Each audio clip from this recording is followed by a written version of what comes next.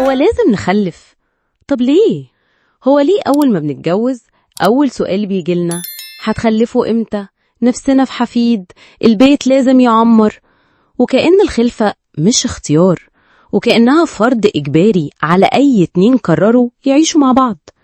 طب حد فيهم فكر الطفل ده مش لعبة، مش زينة في الصور، ده إنسان له قلب، له مشاعر، وله حياة كاملة جاية على الأرض، وأنا وإنت مسؤولين عن الحياة دي من أول نفس لآخر نفس. هل إحنا فعلا مستعدين نكون السبب في وجوده؟ ولا إحنا بس بنعمل اللي الناس متوقعة مننا؟ الموضوع مش في الخلفة نفسها، الموضوع في ليه بنخلف. في ناس بتخلف عشان تحس إنها عملت اللي عليها، في ناس بتخلف عشان أهلهم مستنيين يشيلوا حفيد، وفي ناس بتخلف عشان تحس إنها اكتملت. بس السؤال، هل إحنا جاهزين بجد؟ هل إحنا متصالحين مع نفسنا الأول؟ هل بيتنا أصلاً آمن ومستقر؟ ولا مليان مشاكل وخناقات وضغط نفسي؟ الحياة مش سهلة، كلنا اتظلمنا بشكل أو بآخر، كلنا تعبنا، كلنا عارفين إحساس القهر والخذلان. طب إحنا ليه نرمي كائن بريء في المعركة دي وهو ملوش ذنب؟ ليه نجيبه عشان يعيش نفس الصعوبات اللي إحنا عشناها، عشان يتعلم الحياة بالطريقة المؤلمة اللي إحنا اتعلمنا بيها؟ هو إحنا بنكرر المأساة ليه؟ وبالمناسبة، الجواز من غير خلفة مش عيب، أيوة عادي جدا.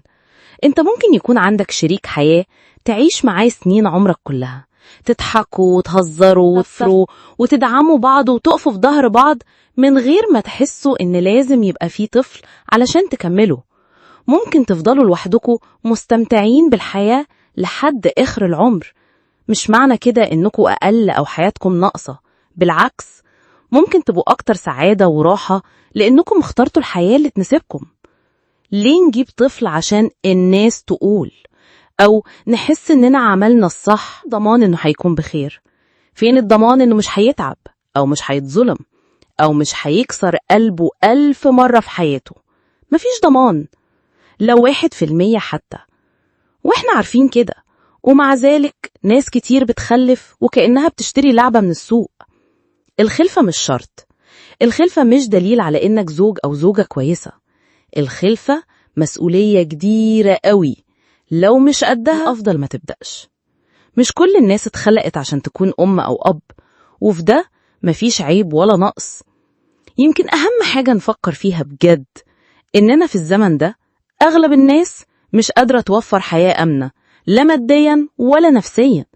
إحنا نفسنا بنعافر، بنحاول نكمل يومنا بالعافية، وبنعد الأيام نستنى الراحة أو حتى الموت عشان نرتاح.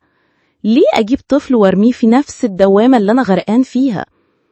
ليه أحمله مسؤولية حياة صعبة وهو ملوش أي ذنب إنه بيه هنا؟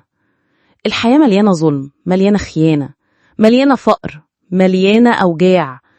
لو أنا مش ضامن له حياة كريمة وأمنة، يبقى أكرم قرار أخده إني ما جبهوش من الأساس. الاختيار ده مش أنانية، بالعكس هو قمة الرحمة.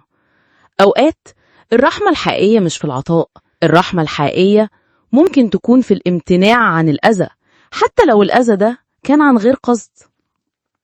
اسأل نفسك بصدق، هل في ضمان لظهر ساند، لصحة دايمة، لعدل، لراحة؟